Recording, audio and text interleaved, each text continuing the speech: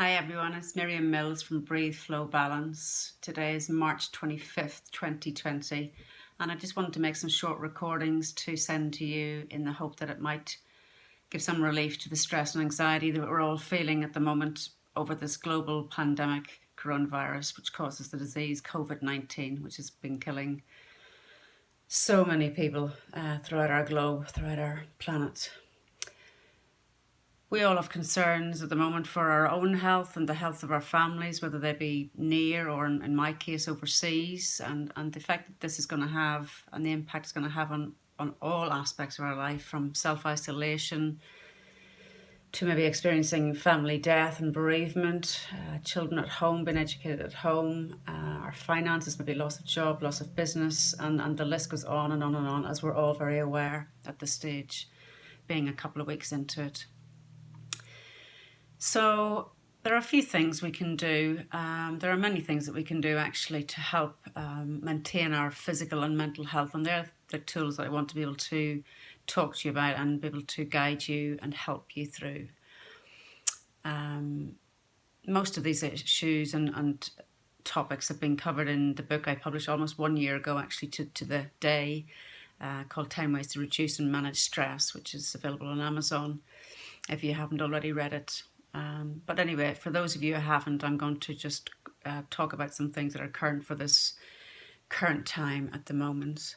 And so the first thing I want to say is, although it's very important to be aware of what's going on in the rest of the world and globally, it's important not to become obsessed by it. I know for the last couple of weeks I have been obsessed by following the news in the US, locally, then the news in Houston and the UK and Ireland, as well as in all of Europe.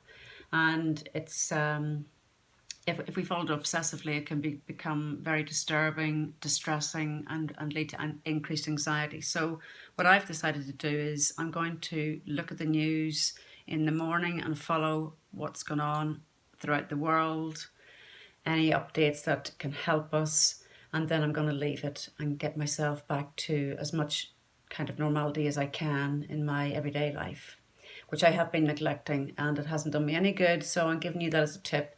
Look at the news, but don't be obsessed by it. It actually does not help us become grounded or present at all, and it just increases our anxiety levels and it can spiral out of control. So that's the first thing.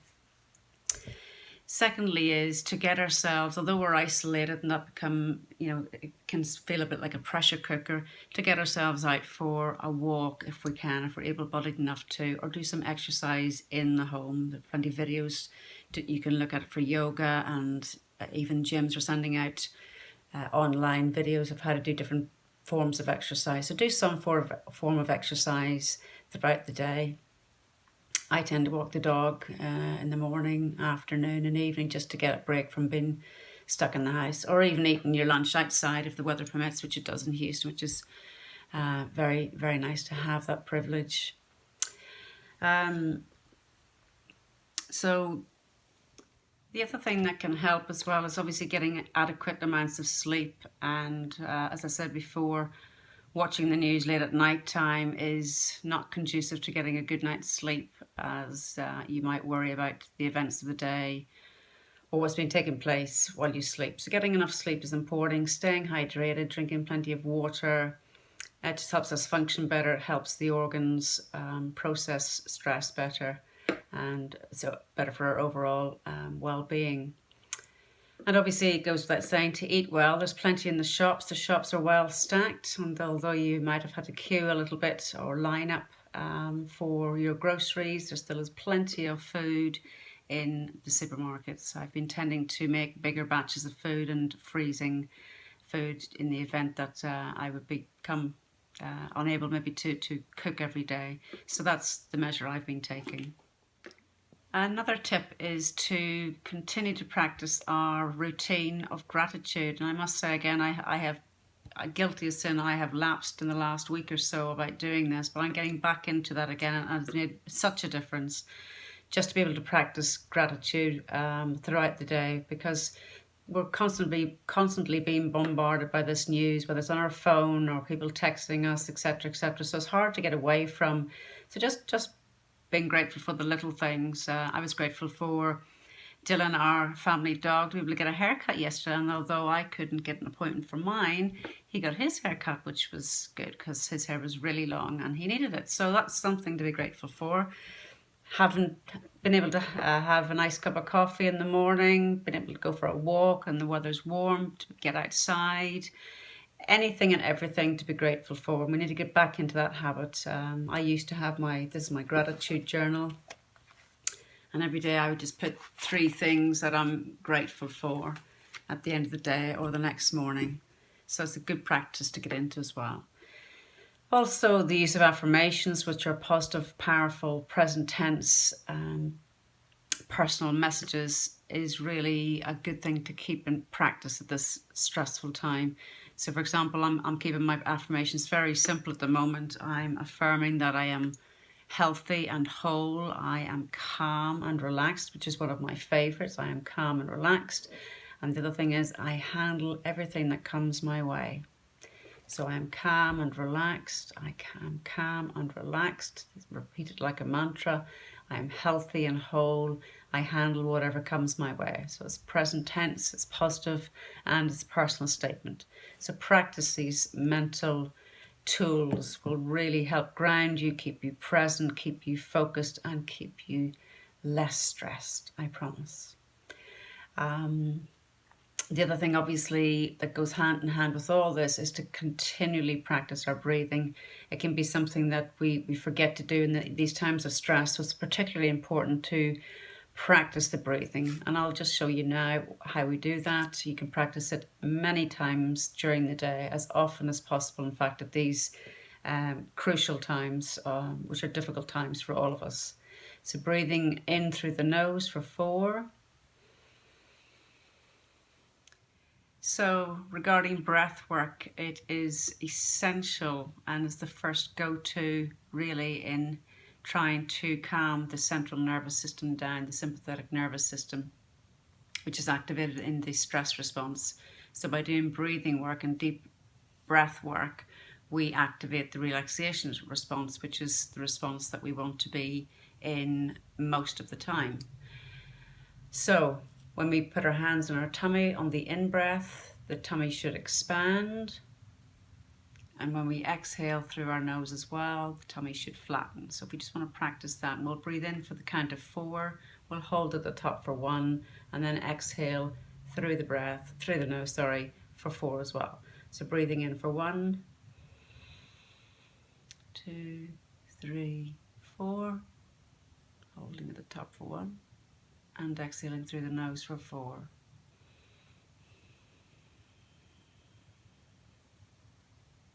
Breathing in.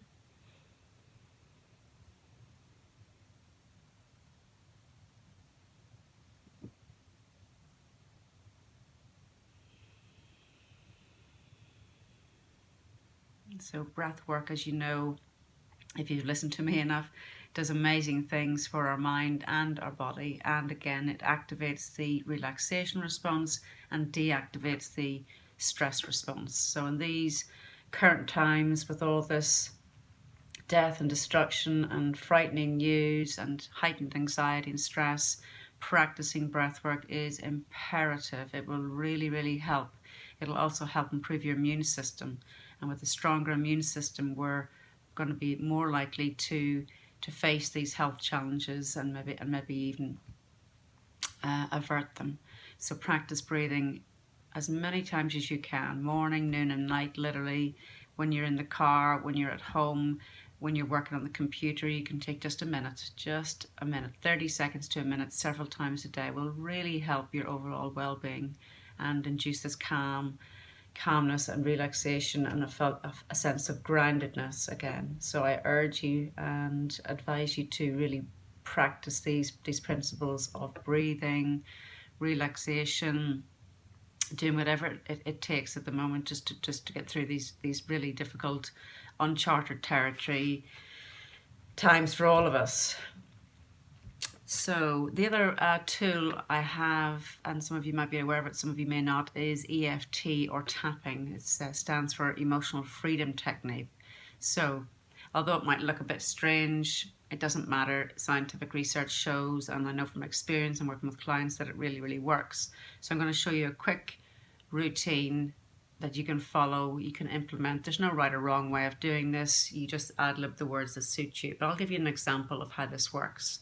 So this is called EFT. We're going to call this EFT for reducing anxiety and tension and stress. Okay, so we start off with the karate chip. First of all, we bring to mind how you're feeling on a scale of 1 to 10.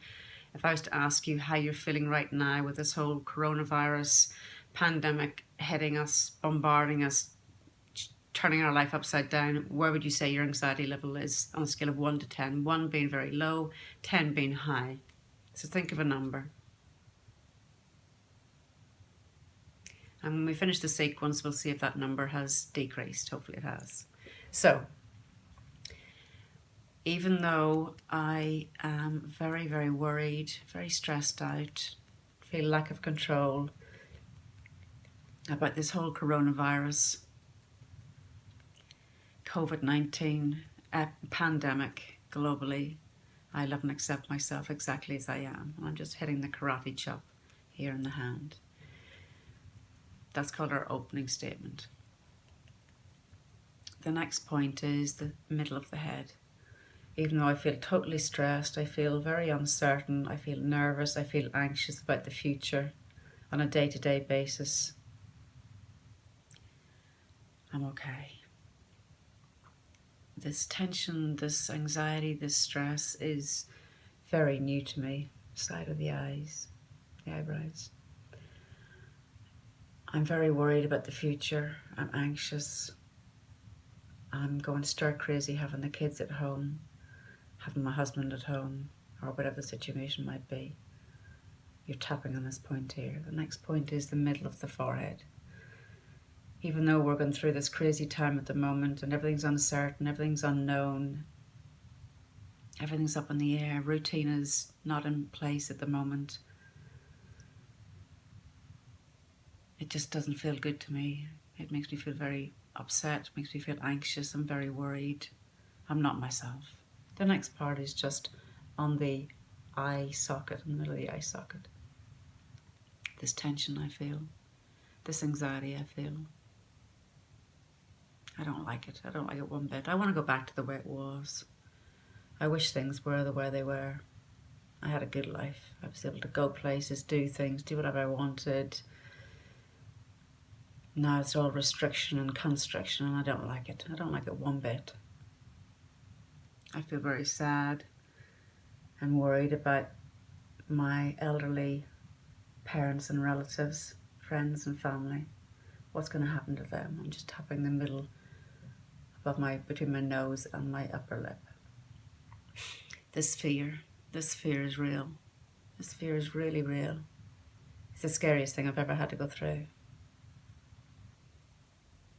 It scares the heck out of me, and I don't like it one bit. This is the thymus area here, just below the collarbone. And the next point is just about where the bra line is. This fear I have, this tension I have, this blooming coronavirus, why did it ever come into existence? I don't like it. I'm terrified. I'm scared. I'm worried. I'm worried for myself. I'm worried for my family. I'm worried for my friends. I'm worried for my life. I'm worried about the workers who are in the front line. They don't have enough of things. There's so many things to worry about. Okay, take a deep breath. And we'll go around one more time again.